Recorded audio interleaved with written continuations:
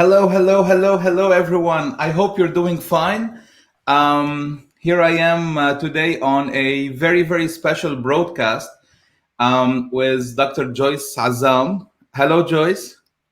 Hello, Dr. Rami. How are you? I'm doing well, doing well, doing well. You can call me Rami. I'm gonna call you Joyce. So Great. Let's do that. let's do that. So I want to explain something at first because this is a special stream.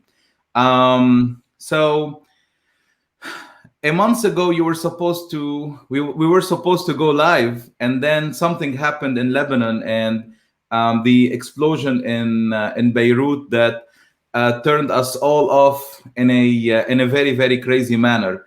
And there is a lot of images of stories coming from Lebanon, and everybody's heart is aching, and so on. What I wanted to do, I want to tell your story because there is enough news about negative things, and I want to talk about something positive. And for me, you represent and what you have achieved something super, super positive. As you know, as the title says it, facing adversity. We're gonna talk about your journey, and we're going to talk about what you had to overcome and what you've achieved. And it is not a small feat at all. Like, I mean, people that are listening to us, they are in for a treat. And I want to say that usually, Joyce, I only broadcast on my LinkedIn. So this is where I have my professional network, and usually I only broadcast on my LinkedIn. Since this is very personal and it's all about positivity in Lebanon, and I think um, our Lebanese would appreciate this. I'm also broadcasting this on my Facebook, so it might appear weird to some people what's happening next live and so on my Facebook, but this is just a little disclaimer. Joyce, how are you doing?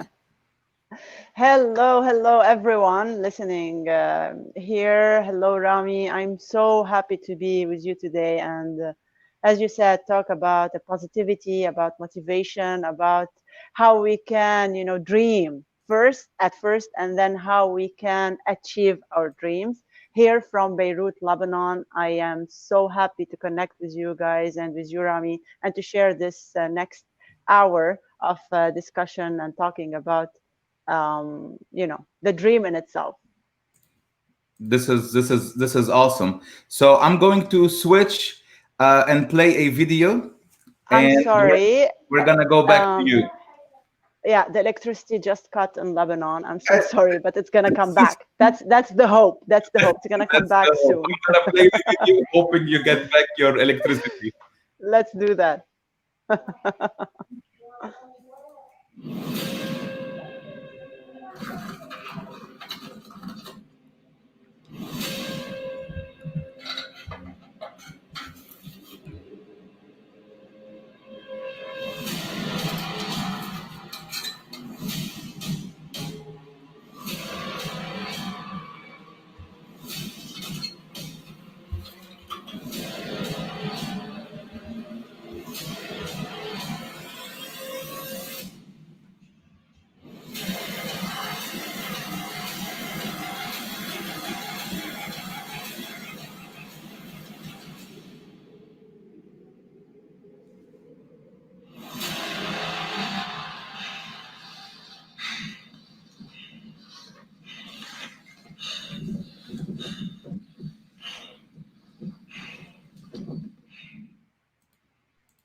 All right, Joyce.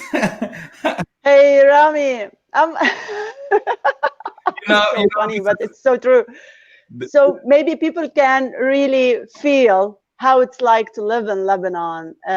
One minute you have electricity, the other you don't, and we rely on like private sector providers, and it's a little bit crazy. So my parents are dealing with this situation. I'm so sorry, guys, but you can get a small feel of how we really are living here and how I grew up, like this is the lifestyle I grew up in and how I grew up as well. I'm as going well. to propose I'm going to propose the following, and that's totally fine. I mean, this is a Oh, So this is how we celebrate, guys. This is how we celebrate. Just electricity makes us happy and celebrate. this is this is crazy. So Yeah. let's go ahead and get started. And I this is a little bit surreal because people would think that we have planned this, but this is really No, no, we didn't. all right. But this is Lebanon. So there's so much to talk about, and I wanted to start our discussion together with this picture of you, and I like the title that you have for your picture, which is the cost of realizing a dream. So Yes. so this is climbing Mount Everest. So what are we going to talk about in this discussion together, Joyce? So today, guys, I'm gonna share with you my journey of a little girl who was born in Lebanon during the Lebanese Civil War. No permission to dream, no even, like even no privileges. But I dreamt, and I dreamt a little bit bigger than I even thought. And I climbed the highest summit on each continent. So I had this amazing chance to visit each continent and climb the highest mountain, and for sure Everest. And it's an international achievement. And I did it for Lebanon as the first Lebanese woman. So today I'm gonna, share with you how I did it, how I faced adversity with positivity, and how I mean, being resilient, it's a lot of things together. But today we're gonna go into the ingredients and the recipe, and when you have ingredients and recipe, how you make out of them a cake and you enjoy it. So for me, it was a long journey of 7 years of working towards achieving this big dream. And I did it like I started in 2012, and I finished the seven summits by climbing Mount Everest on the 23rd of May 2019. But also, I took care of my education, higher education, which was also my dream, and I got scholarships to do my master's degree and PhD in Italy. So we're gonna talk about all this together and sharing a lot of like experience from the mountains, and especially from Mount Everest. This is awesome. And I just want to say that I just received notification that our chat is now live also on my personal Facebook. So not only the professional one and LinkedIn, we are streaming also to a lot of my friends in Lebanon. So I hope it's working and that people can listen, can react, can interact. So Joyce, although it's gonna be a little bit of a repetition, I'm going to Yeah. propose that we just tell people what's happening between me and you, Yes. and we talk a little bit about what's the topic, and I'm gonna go ahead and replay the video if you don't mind. Do you mind? Let's do it. All Let's right. go feel the mountains. And I actually have a recording of when the electricity shut down earlier. That's gonna be something for the books. All right. So for all of the folks joining us right now, and this is a lecture that's streaming live on LinkedIn, but we're also streaming it live on Facebook on Facing Adversity. This is a positive message of the journey of Joyce and her resilience and what she was able to achieve. So we're going to start with a small video, if you don't mind. It's going to take a small second, and then we're going to go ahead and get started. Ta-da-dum-dum-dum.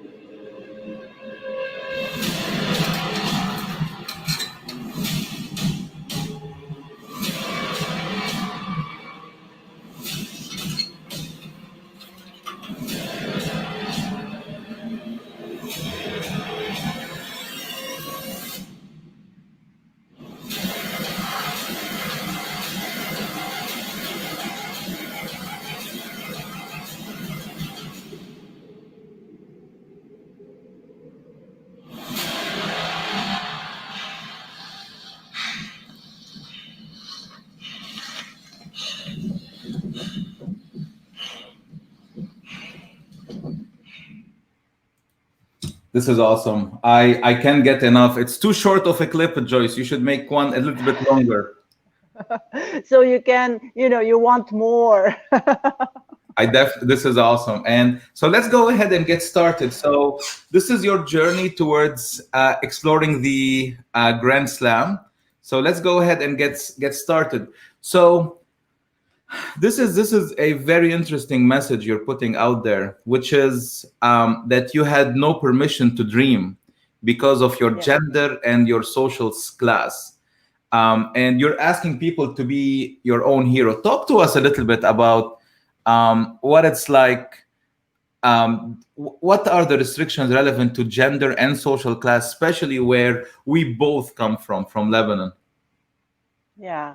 So, I mean, to be honest, when I started all of this, I wasn't aware of these like obstacles and challenges I was already in and facing. But the dream just, was so big, and just, you know, I like this real wanting, or like this fever I had towards the mountains and to achieve my dream made me get over all the obstacles. But looking at it from another perspective, I was born in Lebanon during the Lebanese civil war, in a very modest family. We are five children. I'm number four.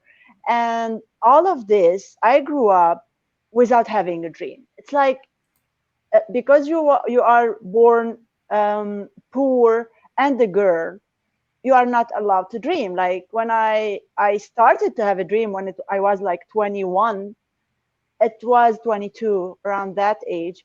It was weird for my parents, my family. They were saying that I'm crazy, or I'm not like getting it. What dream? Like it's better to work and make money and get married and have children. So this is the pattern I had to follow. And also, let's come back, like just being born into the war. And I lived 6 years of the first 6 years of my life running Hey, you, from a, I know when you were born now because I know when the yeah, war ended.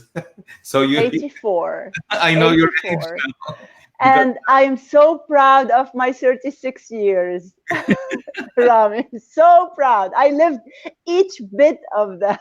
that's So awesome. I'm super proud to tell you guys that I'm 36, and you know, super proud of that. But just to say, like the first 6 years of my life were during the Lebanese civil war, and we were running from a bunker to another, from city to another, seeing explosion in front of my eyes, like surviving them actually, living in a bunker where we hear, like bombs around, missiles. And after that, I survived around 80 assassination between explosions and bombing, and then there's the Israeli war in 2006, and then now the Beirut explosion. Like I'm here. I'm still living in Lebanon, which nothing is stable. Like, and this will put you in a very chaotic mindset. Like, so the real work and the real achievement is how to work on your mental strength and your mental health in order to stay in the moment and stay focused on your goal. And this was the real work I did. Whatever. Like I climbed the 7 summits, and I'm still, aiming for a new record, the Explorers Grand Slam, and I did my PhD. But the thing is, Hold on, it hold on, could be anything. hold on, hold on. You just said a sentence. I mean, Yeah. you don't realize what you just said. You just said, "Yeah, I climbed the 7 summits. I got my PhD. I got my like." I mean, this is too much in one sentence. Perhaps because you are achieving it, you don't realize how much you are a role model. I was telling my wife that this lecture, I want my daughters to watch it because your story is not a you should not say what you just said in a sentence so quickly. This is something that we need to stop and talk about, because you have, it might be the conclusion of our talk, but a woman in Lebanon, that alone is a challenge. Yes. Social class in Lebanon, that alone is a challenge. You are Lebanese, that alone is a It's challenge. a challenge. Yes, it is Because a challenge every day. now, on top of it, you have climbed the 7 summits, and we're going to see awesome pictures in the world, and a PhD, and not any PhD in architecture, if I'm not mistaken. Yes. So please don't say this sentence very, very quickly, please. I feel bad. And so I mean, to be honest, and with all modesty, I did it for myself first, at first. So that's why maybe, I'm so proud of it for sure. And it's like, all of them are my dreams, and I have more dreams. But thank you very much for saying that. But I see that every one of us, and especially the young people, they can do more and more and more and more. And it's Joyce, just about the mindset. the amount of viewers from all over the world that are posting messages from, we have people from France saying hi to you, from India, Hi, from salut, Italy, salut. from the United Bonsoir. States, from Greece, from like all over the world, from Saudi Arabia. So just to let you know that um, Oh, this is. I hope that what we do is a little bit of hope and a little bit of motivation to as many people. So let's yeah. start seeing a little bit some of your achievements and some of the things that. But I still have a question, but I'm gonna be patient a little bit before I ask it. Let's see a little bit here. So, Joyce, this is where you've been. Tell us a little bit all of these mountains and the challenges, and oh my goodness, And that's much more, Rami. I climbed 29 mountains now, high altitude mountains around the world, literally. And I mean, some of them 2 to 3 times, like the Mont Blanc 2 times, Ararat 2 times, Kilimanjaro 2 times. So I've been around, and I mean, all it started actually when I went hiking in the Lebanese mountains. So, I mean, I was a little girl with no dream, super scared. I was born with this hypermobility syndrome, which is like a high level of flexibility in my joints. So I will show you guys. I don't know if you can see I'm gonna maximize my, the screen on you. yeah. So this is how my, for example, um, like my elbow and can, like rotate. So I am Hold on a second, hyper. because I'm learning something new in here. So you were born with something that you need to overcome medically as well. Yes. So the thing is, I was born with I this feel so bad hypermobility now. syndrome. And the problem is not in my with my hands. I can't show you now my knees, but if you read about this syndrome, it's a hyper. I mean, flexibility. Like so, Did my it help knee, you? my Did it play in your advantage when you were climbing? I mean, it has some advantages, but not while climbing. It Okay. gives you more flexibility in the body. But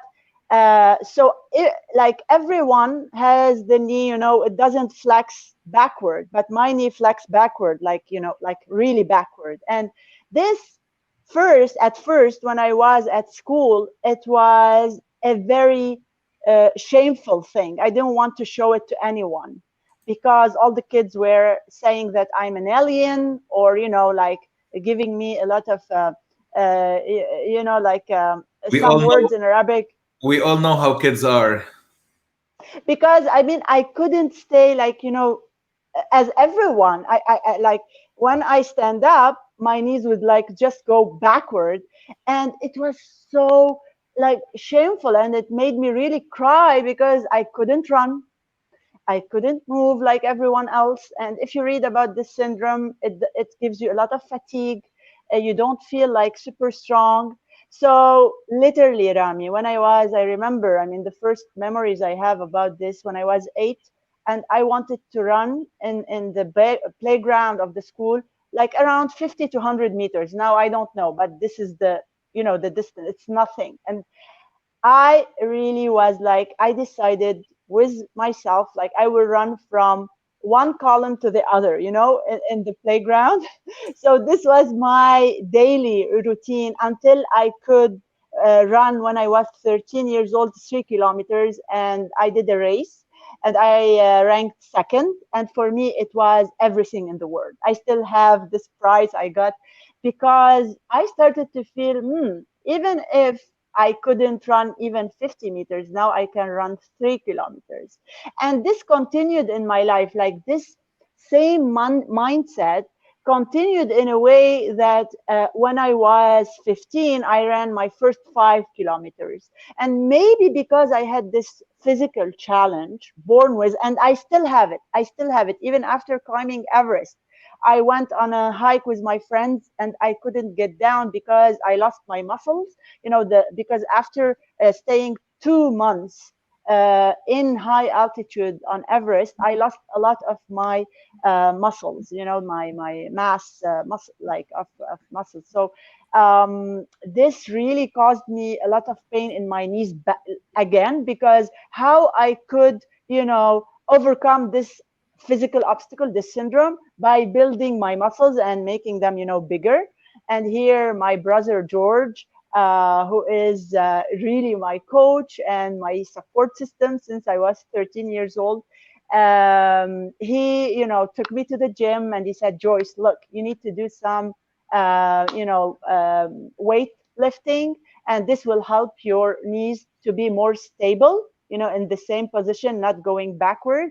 So, and the effort I put, for example, to go down, it's double to anyone else or more. Like, so, because while going down on a downhill, especially steep ones on any mountain over 4,000 meters, the thing is I need to put more effort than any other person who doesn't have this syndrome. So this was the first challenge I had to face since I was a kid, the war. And then growing up was all like, I remember, oh my god, my teenager was really, really, really hard. So here I lost any, So, like question confidence. for you. I have a question for you. How, when was the moment you decided, hey, I'm Joyce Azzam and I am going to climb the 7 summits in the 7 summits? I'm going to do the 7 summits challenge. I'm going to go and climb every tallest mountain. I'm going to spend months going up, losing my muscles, coming down, facing everything. Like, when was this spark? When did this happen? I have it, and it's so beautiful. I want to share it with you guys.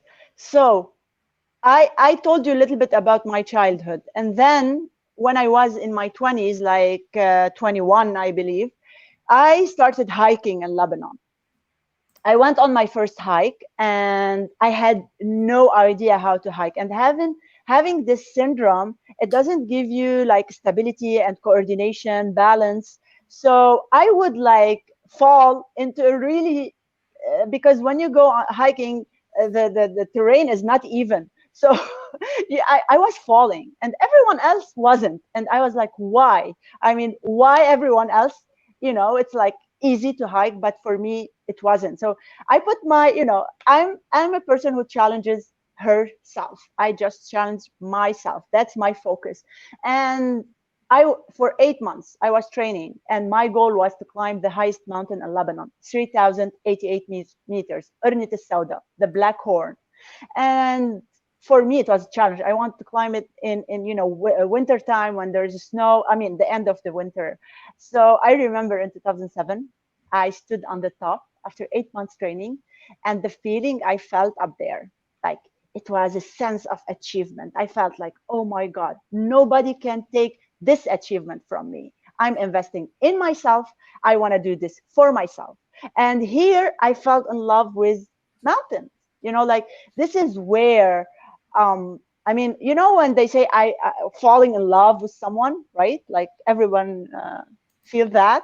I feel it. I'm in love. So, so that's where I really like the mountains became a really important part of my life. Why? And now I understand it after all these years, because I come from a very scared, weak girl, no confidence, like, so with a lot of anxiety, like all my teenager was like, I'm sliding into anxiety. And so all this, like the mountain came into my life and said to me, Joyce, you are strong. Joyce, you can achieve. And here I started. I want to climb all the mountains of the world. I Okay. want to do more mountains. So Joyce, I understand that this can create a challenge for a mountain, but why is a seven? Oh, and like, okay, I understand like a mountain in Lebanon, but then you started going for. So talk to us first of all. Which one was the first? Is it Kilimanjaro? I see it. No, I see the Elbrus. Cardenas. Which one Elbrus, was the first one you did? which is the highest in Europe. So, Okay. Rami, you remember I moved to Italy for studying, right? So after starting mountaineering in Lebanon, I went to Italy and there's the Alps. And while studying, I would go on long weekends and I actually learned in Italy on the, like while climbing Mont Blanc and a lot of 4,000 meters in the Alps. I learned the technique of, like alpinism and how to use an ice axe and how to use a crampon. And this started in 2009. So, like, we are talking 11 years ago. I started alpinism, like learning mountaineering. And in 2012, fair enough, with a group of Lebanese, like mountaineers, they were talking about the seven summits. Let's do the seven summits. And it's like, oh my God, yes. And I was the only woman with this group. So we started together climbing, and we started with Elbrus, which is the highest in Europe. It's in the Caucasus. It's between Georgia and Russia, and it's fairly I mean, not easy, let's say, but among the seven summits, it's not super technical, let's say. Okay, it takes just 10 days. I mean, this was your first major mountain from the Yeah. highest in Europe.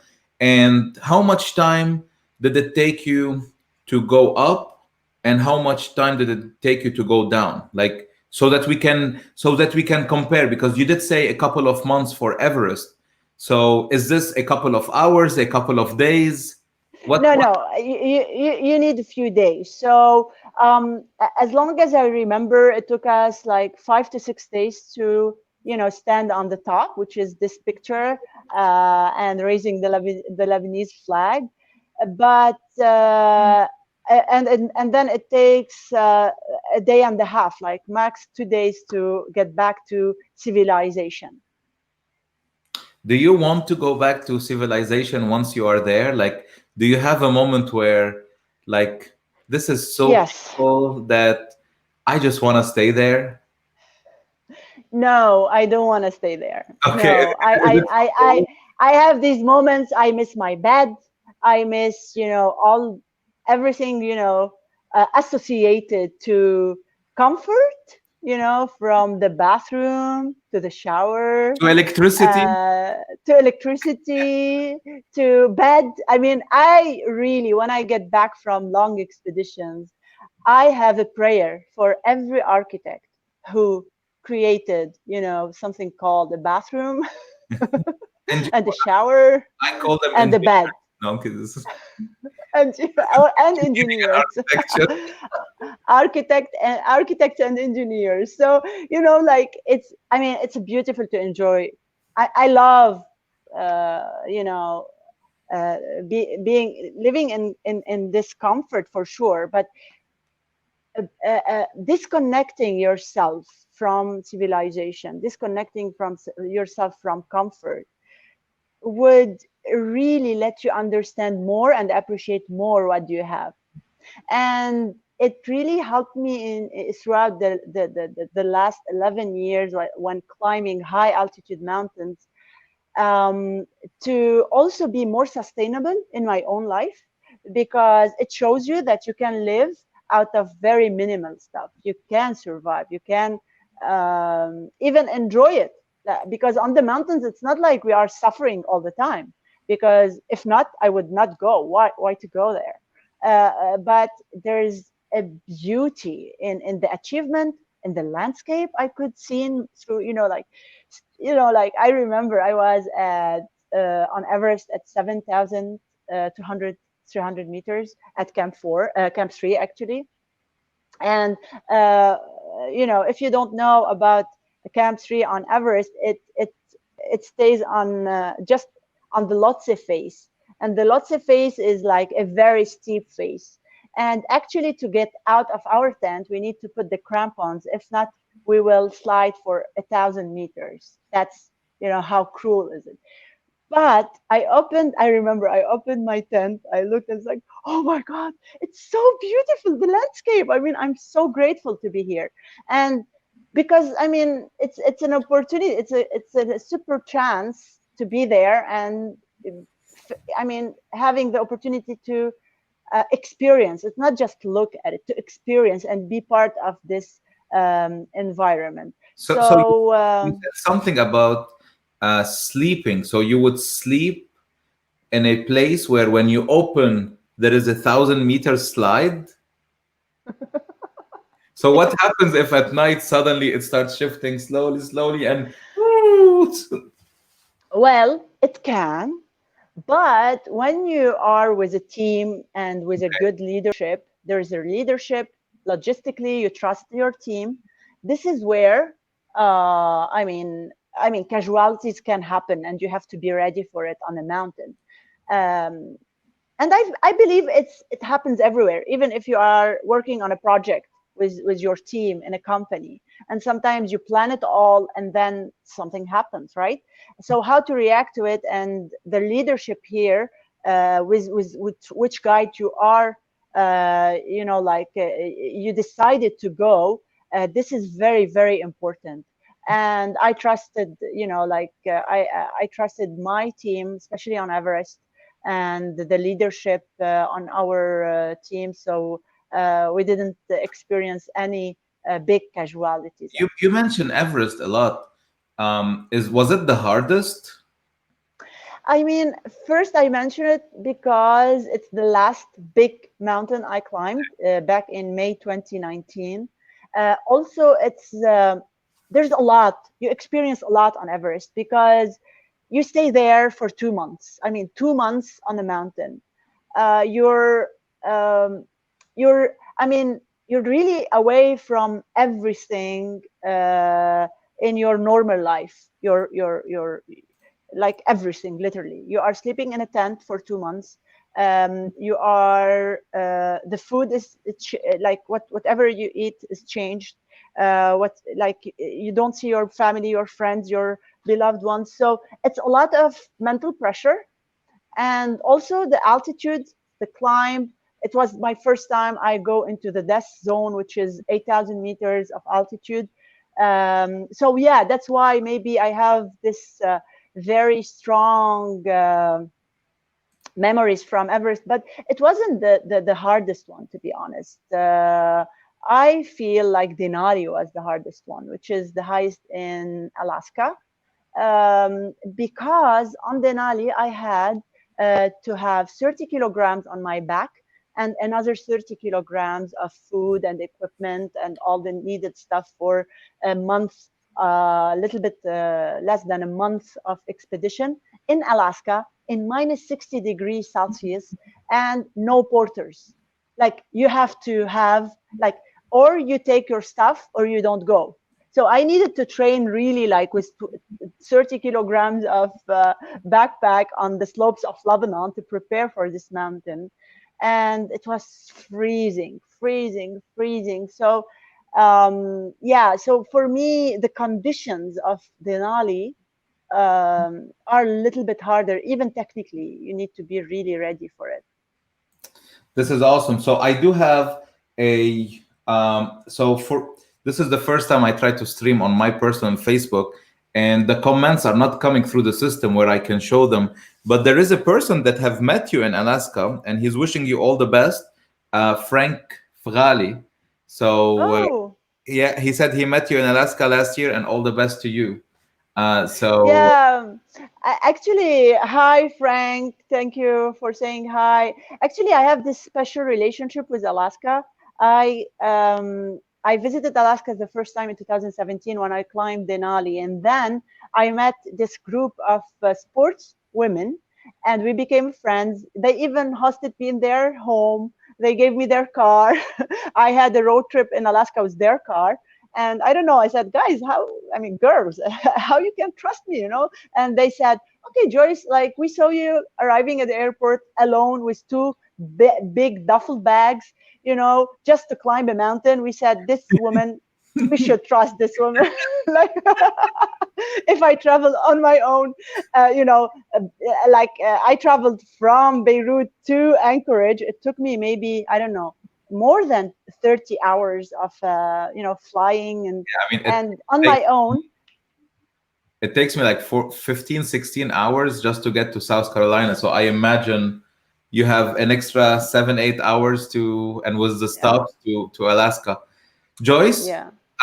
talk to us a little bit about your the when you went to Papua New Guinea.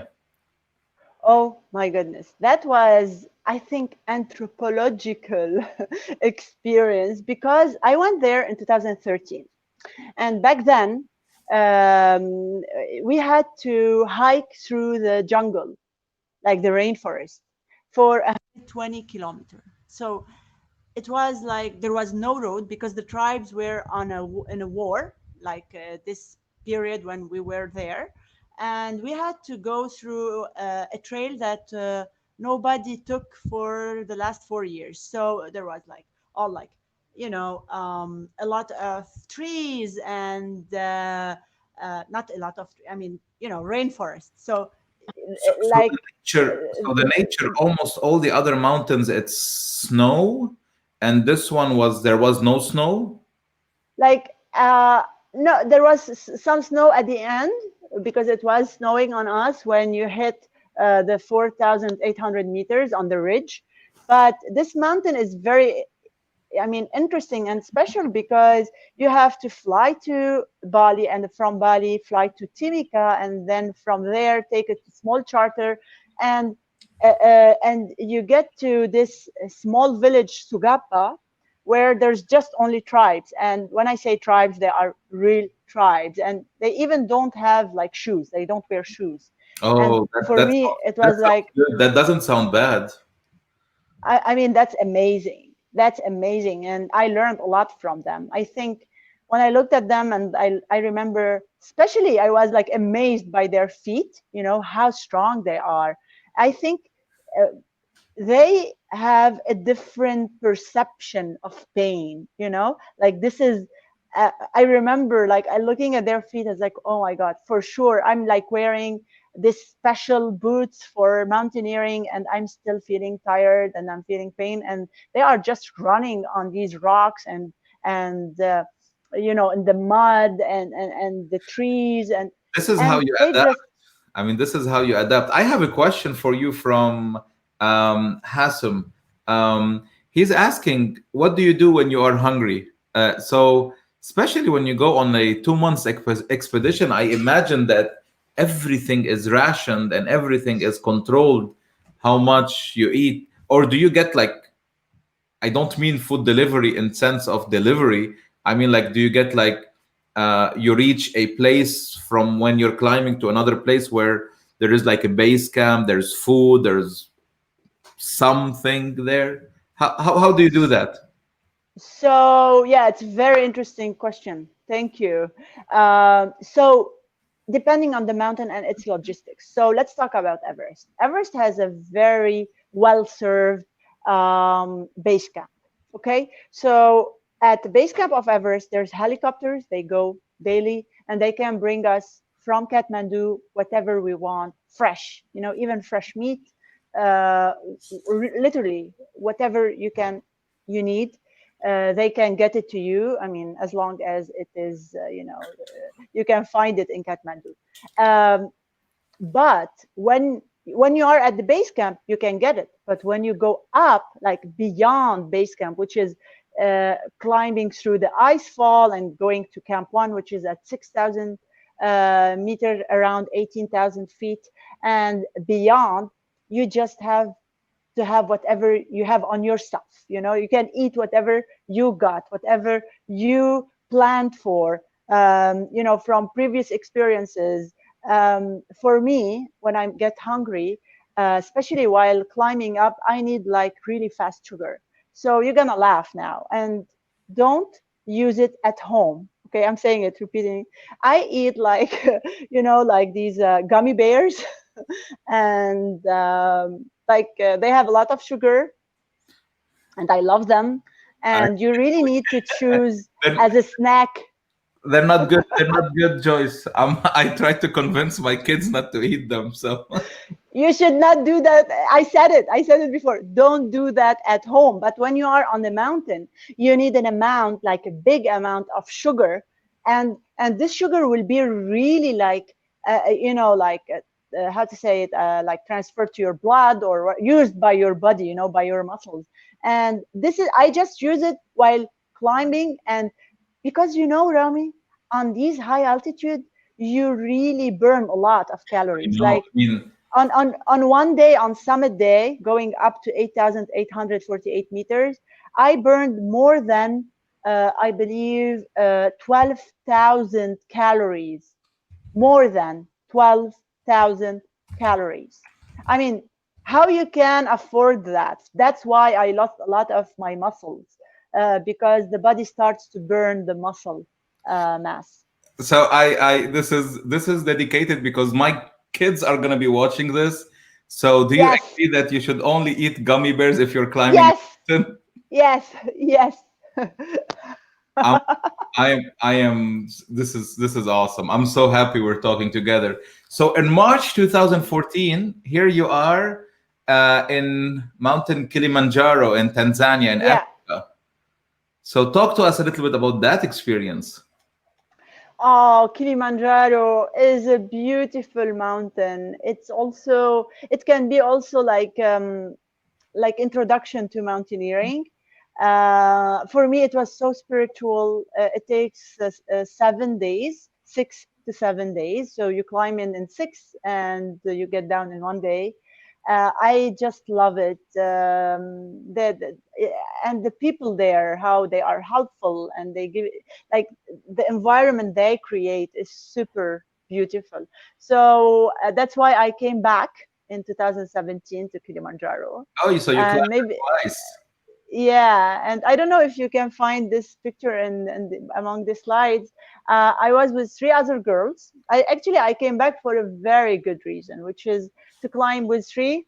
It was a project for girl empowerment in So Lebanon, what's the and youngest? What's the youngest age of the girls that were? 13, 13 All right. Lebanese girls, 13, 14, and 16 years old. Oh, this is We trained before that, and we climbed together to the top. It was super amazing experience. And for me, I remember this moment, raising the Lebanese flag with these three girls was a memory that marked me, because when we motivate our girls, when we give them this, whatever they need to succeed, the motivation, the trust, the confidence in their skills, in their potential, they can do extraordinary achievements. And this is a proof, and for me, which is better, that one of these girls, Rawan, today is climbing the seven summits, and she did 5 out of 7. So this is how you help in creating you champions. infect positivity. You change mentality. You influence, and that's why. I mean, I wanted to do a special session relevant to Lebanon, and I want it positive because everyone can go and nag and mention negativity, but this Yeah. is a story of hope. And so I have a question for you. From Dr. Abdullah Najm, he's asking, "What was your scariest moment when climbing a mountain?" And share a story. That's interesting. Okay. There was a scariest moment. I mean, I have different scares because, okay, don't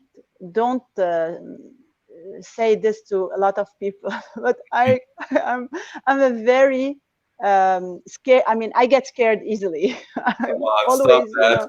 You climb a like mountain and you're scared. I am, and I'm still scared. And my dad even makes jokes about me All right, because when he see me like people listen scared, to us on the internet. The person that is saying she's scared of things, she has climbed Mount Elbrus in Russia in Europe, Mount Carton's Pyramid in Papua New Guinea in Oceania, Mountain Kilimanjaro in Africa, Mountain she's what? Oh, this is your PhD. She has a PhD. yeah, this is PhD is another not mountain scary. I actually. will, I will, I will, I will give that to you. The PhD part is not scary one. Mount Kilimanjaro again was the three ladies she talked about, three girls. Um, Yes. I don't know how to pronounce that. Aconcagua. Aconcagua. It's the highest in South America. In Argentina, in El America del Sur, and See. Mount Denali in Yeah. Alaska, and Mount Mountain Vincent. Vincent in Vincent. Antarctica, Yeah. and the Everest. So that's the person she's saying that she can be scared a little bit. So this is for everyone listening to us. If you're scared of anything, you still can climb mountains.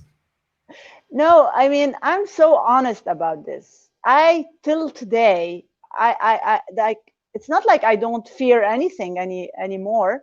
I still like a lot of things get me scared. Even if I want to get on the rappel and there's 40 meters above or 100 or 200, I have this feeling I get scared and I stop.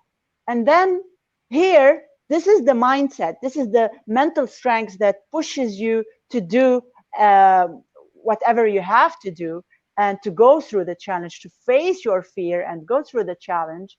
And this is, this needs courage, like, and this is like I have fear, but what I have in the opposite side is courage, and this is what keeps me, facing the fear and going forward. This is nothing short of impressive. So let's talk a little bit about your PhD. So Yeah, this is in Rome. You've done a PhD in architecture. yeah. So I studied architecture in the Lebanese university in Funun. And then I went, I mean, I had this big dream since I was in the third year at university. I was telling all my friends, when we finish this diploma, I will just be in Italy having my cappuccino and starting whatever I have to start, as studies. I didn't have even an idea what I'm going to do in Italy, but I just wanted to go to Italy. It was like my dream, the Yeah, language. I am Maybe, not gonna talk about Italy because if I talk about Italy, then I have bad taste because of my wife. So I'm gonna share the story with you, and because she's listening to yeah, us, she's listening. okay. So Samar, Hi, Samar. yeah, she's your friend.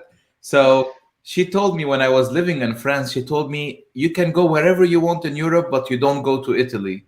When we get Yeah, married, we'll go together.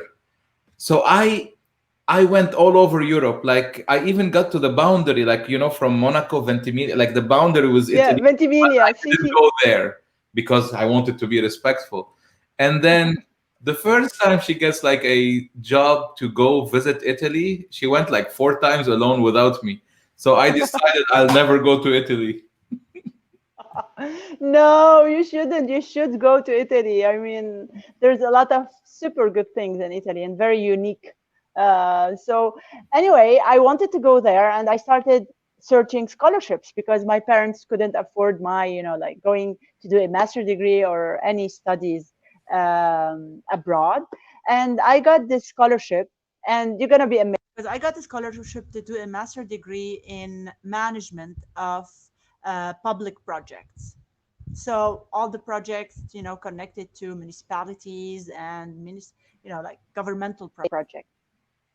And I just took the like I went there without even any interest in whatever I'm gonna study, because I just wanted to be in Italy after I finish my my studies in architecture and to have my cappuccino. So this was my real focus.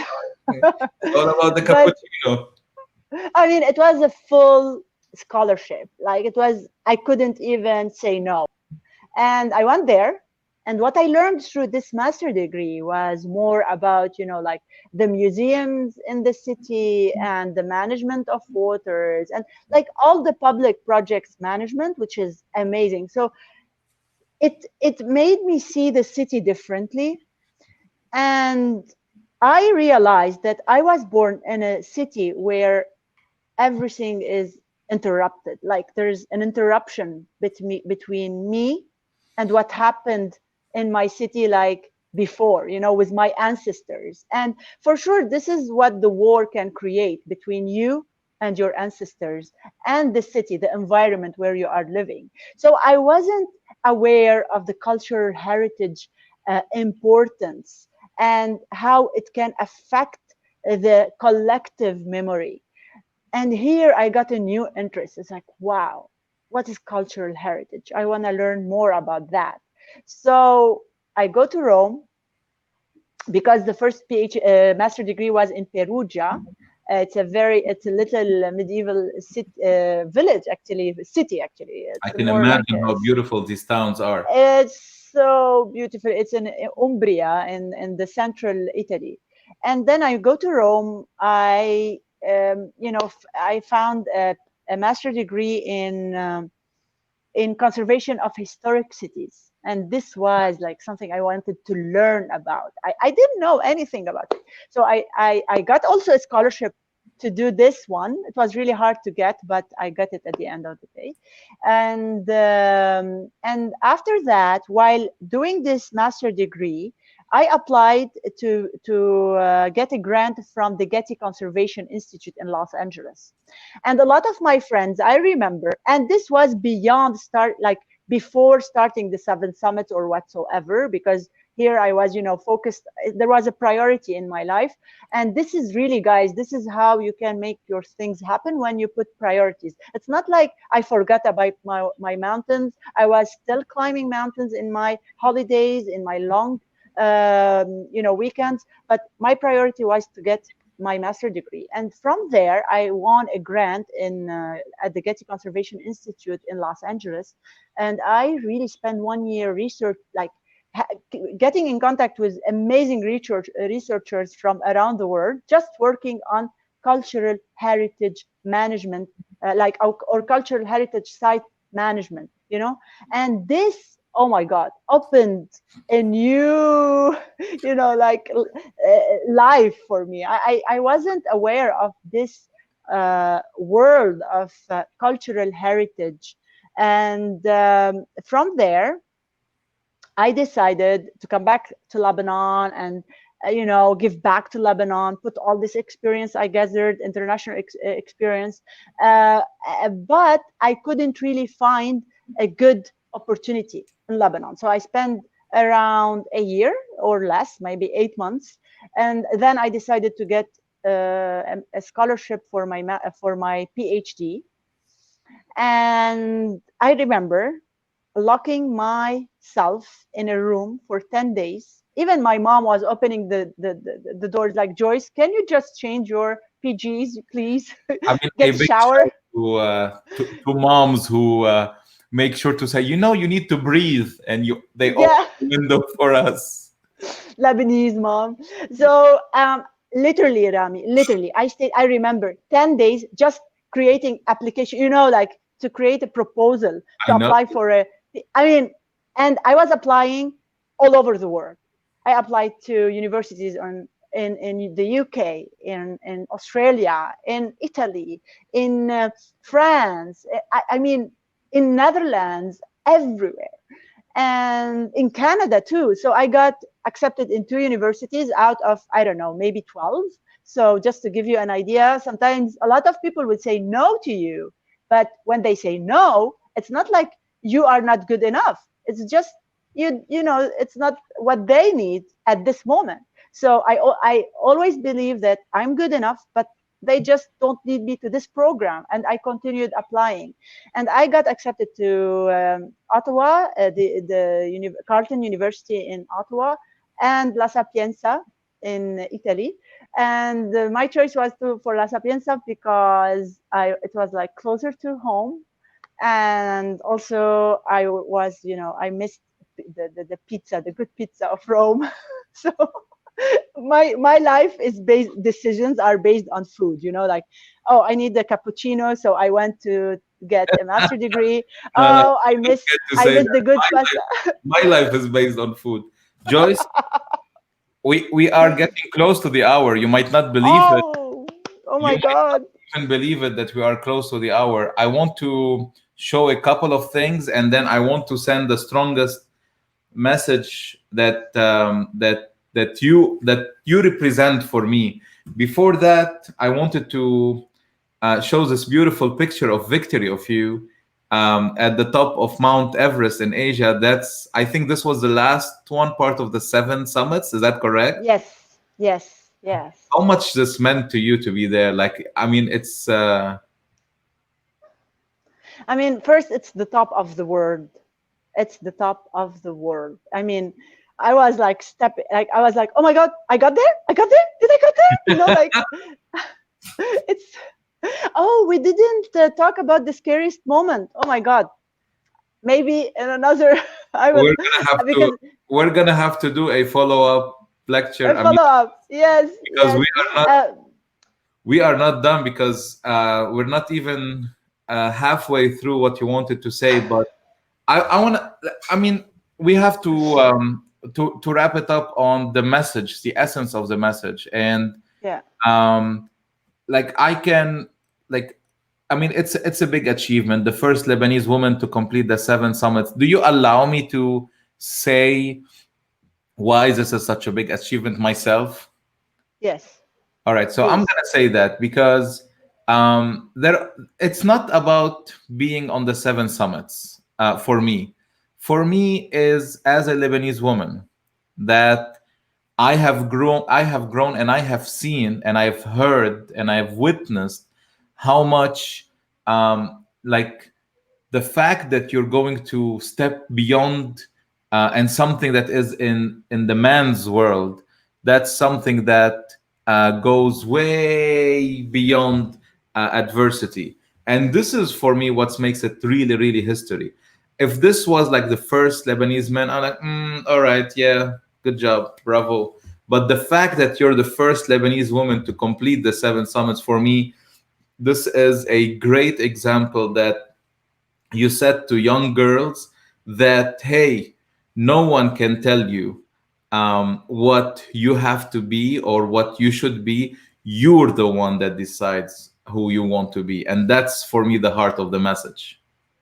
Yes, yes, totally. And especially being born in Lebanon and being born to in like the working class, let's say, um, you are not allowed to be a champion either. So it's kind of a very interesting challenge, because like all my friends, my family were always pushing me to stop dreaming and just to focus to make money and take care of myself. And they are somewhere, somehow, they are right.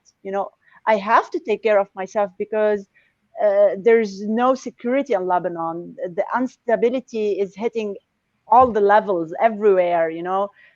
So there's you need to create it for yourself, because only usually what they say, the champions can be from a specific class with support system. I mean, literally financial support system, because it was really, really hard for me to fundraise for this project, like to find sponsors to believe in this mission I have. So this is a message for every Lebanese or everyone around the world that they are facing adversity. Resilience is about to not let go. It's not about not having fears. It's not about not, it's not about not feeling sometimes weak. I did feel weak. I did feel in like hopeless even in some moments. But the only thing is to keep on it, to keep on it, like not to stop. Consistency and getting up and then say, okay, I'm gonna make it happen. And for every Lebanese, you heard it a lot. I heard it from my parents, from my dad. It's like, it's like, Joyce, you're not the daughter of a rich man or a member of parliament or a minister, or I cannot help you. I cannot help you. And the most important thing is to make money and to take care of yourself while you are investing your time and everything you have in a dream. So for me, inside of me, it's like my dream, and I'm gonna make it happen, first for myself, and second for my country. And the third thing, I believe that in a place where we are really searching for hope, you need like a new blood full of hope, and new achievers, new role models. And maybe I'm bringing this story of hope. And I hope Lebanon, because we have a lot of talents and a lot of potential, and especially our young people, like the youth, are super talented and full of potential. We just They need just this push, this support system. And I mean, I feel like I have a mission. I have a voice to raise. So we have more and more and more of these achiever stories in Lebanon, because we need each other, especially today. So Joyce, there's going to be a follow up on this because we didn't get to talk about what's next for you, and Yeah. I want to support. I want to support the next quest because you do have a very challenging next quest where you want to be the fourth female in the world to complete the Explorers Grand Slam. So this is including the two traverse of the North Pole and the South Pole, and this is Yes. something that will require also substantial financial support. So at one point, Joyce, I'm gonna open back my platform to you to let your story known if anyone is interested in making history together and supporting this massive change. I want to thank you. You're a role model for young girls. So you are really a role model for a lot of young girls that are being boxed into what they can be or what they cannot. Like they are being set boundaries, and the message is there are no boundaries. You decide what you want to be. Joyce, thank Yeah. you so much. Any final word you want to say? I mean, Rami, I'm so happy to share my journey with you, and everyone is listening to me. Thank you very, very much for your time. And please connect with me on Instagram, on Facebook, on LinkedIn, on Twitter. I'm here, Joyce Azzam, 7S. And yeah, I hope, through my story, we brought some hope and positivity from Lebanon, specifically from Beirut. I'm here in Beirut in my parents' place. And guys, from adversity, you can create opportunities, you can create positivity. Just believe in your potential. And I'm sure your uniqueness, everyone is listening to us, your uniqueness can change the world. So just trust what you have and trust this unique potential and skill and something you can give to the world. Trust it and give it to the world and shine, because yes, you can. This is awesome. Thank you so much. And there is a flood of messages once again from all over the world. From Bangladesh, people are saying you hi. From the United States, Ryan is saying amazing inspiration on many levels. Thank you so much. From Hi, Turkey, Ryan. from so Joyce, thank you so much. This has been a real pleasure for me, and all the best. And I am fully supporting you in the continuation of your journey. Thank you for the Thank you. inspiration. Thank you, Rami. And we are proud of Lebanese like you also shining around the world. And you are also our ambassador, Thank you, sir.